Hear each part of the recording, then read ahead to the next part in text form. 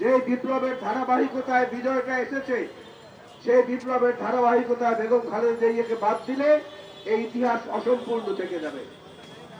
বেগম খালেদা জিয়ার অবদানকে কেউ অস্বীকার করলে ইতিহাস অপূর্ণাঙ্গ থেকে যাবে।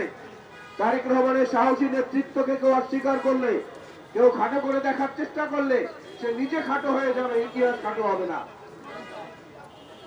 আজকে যে অবস্থাটা বাংলাদেশে তৈরি হয়েছে, এটা জনগণের আকাঙ্ক্ষার সঙ্গে যায় না।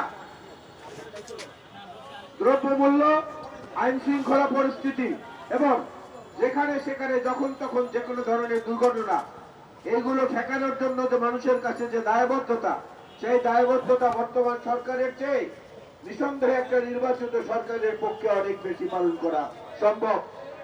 কারণ তাদের পেছনে জনগণের প্রত্যক্ষ সমর্থন থাকে। এই সরকারের সঙ্গে জনগণের পরোক্ষ সমর্থন রয়েছে। এই সরকারের প্রতি আমাদের সমর্থন রয়েছে। কিন্তু দেশ পরিচালনায় যারা অভিজ্ঞ, বেগম খালেদা জিয়া এবং তার টিম যারা এই দেশ পরিচালনা করেছে বিভিন্ন সংকটে, বিভিন্ন সমস্যায়, বিভিন্ন দুর্যোগে, তাদের কাছ থেকে পরামর্শ নিলে আপনারা অনেক ভালো করতে পারবেন। আপনারা যদি মানুষের মন জয় করতে চান, মানুষের মনের মধ্যে থাকতে চান চিরদিনের জন্য, তাহলে অভিজ্ঞ মানুষগুলোর পরামর্শ নেন, বিএনপির বর্ষিয়ান নেতাদের পরামর্শ নেন, যোগাযোগ করেন আমাদের প্রিয় নেতা, আমাদের সিপাহ সালার জনাব তারেক রহমানের সঙ্গে। এই সংগঠন ক্যামেরায় ওয়াও, স্টাইল দেখাও, Xenon X21 পারলে ঠেকাও। তাদের কাছ থেকে রণকৌশলের সঙ্গে সঙ্গে দেশ গড়ার কৌশলটা আপনারা শিখতে পারেন।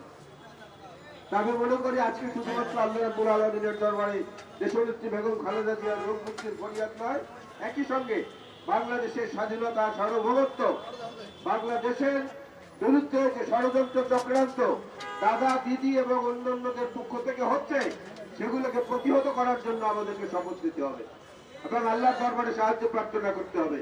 জাতীয়তাবাদী মুক্তিযোদ্ধা দল আজকে যথাসময়ে একটি সময় উপযোগী কর্মসূচি গ্রহণ করার জন্য তাদেরকে ধন্যবাদ এবং আমন্ত্রণ জানানোর জন্য ধন্যবাদ এবং আমি নিজে ধন্য অংশগ্রহণ করার জন্য।